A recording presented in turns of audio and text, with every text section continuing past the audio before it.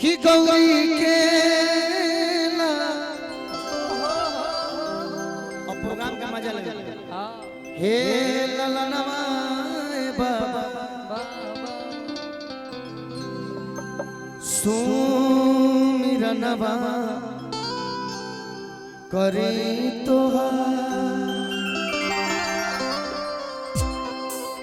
लगो बाबा कि गौरी केला लनवाए बाबा सुमिरनवा चलो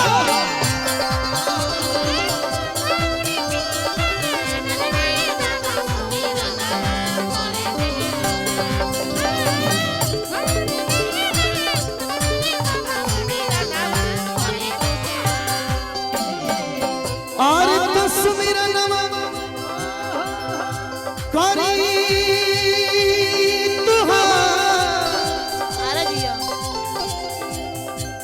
सुमिरनवा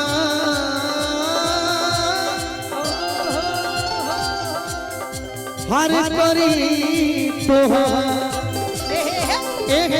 गौरी के लनवा बाबा सुमिरनवा करी तो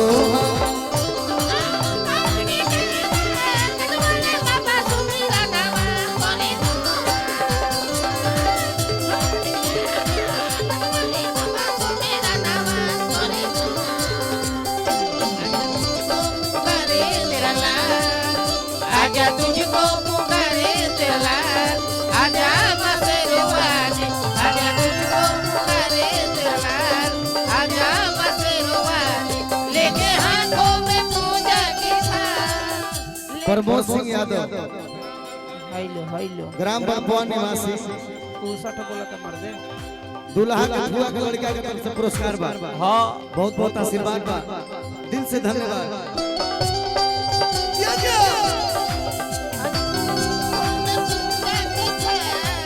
आजा मसेरवानी आजा तुझको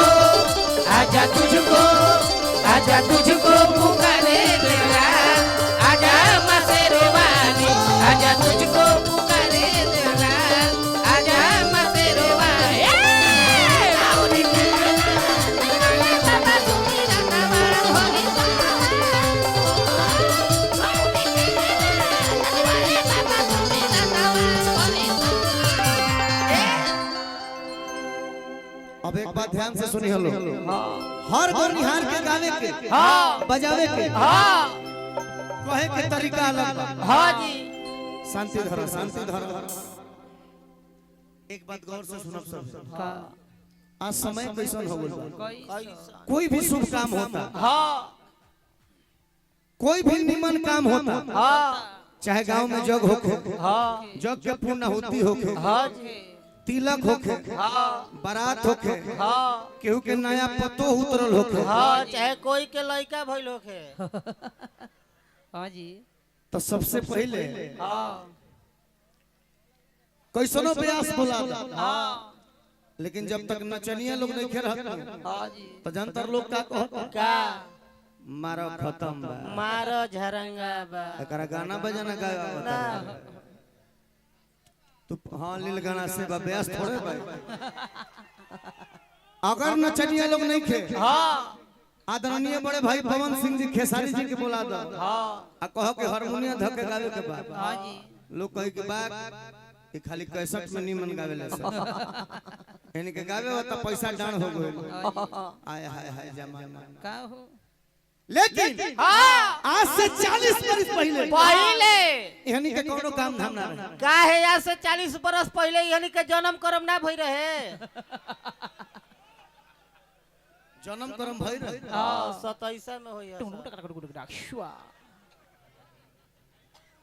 मजा होता अंबानी ना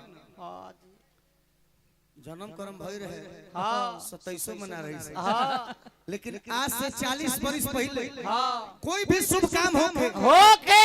तो सबसे पहले के टेंट पंडाल वाला हां जी पहले नहीं होता तो ना व्यवस्था लोग कैसे करी जी एकरो बात करे तो टेंट पंडाल लोग लेकिन ओकरो से पहले कोई आवे के आवे के ओकरा से पहले के आवे ओकरो से पहले हलवाई बुनिया पूरी बनावे वाला हाँ जी वो नहीं तो लोग उपास पड़ जाए जानता रहा हमके बोले दे साला तू ही बोल बरात भकार हम ना बोले हमरो को बोले दे हम ना बोलब तो सुबह पैसा भी काट लेबो पैसा ना काटो हमरे ना मिले तो तोरा को हम खा दे हम तो खुद मौसियारा बानी हाँ जी ए बाबा कोई भी शुभ काम होखे त के आवे के इशारा में बताओ तनी समझिए का हो कोई शुभ काम होखे के आवे के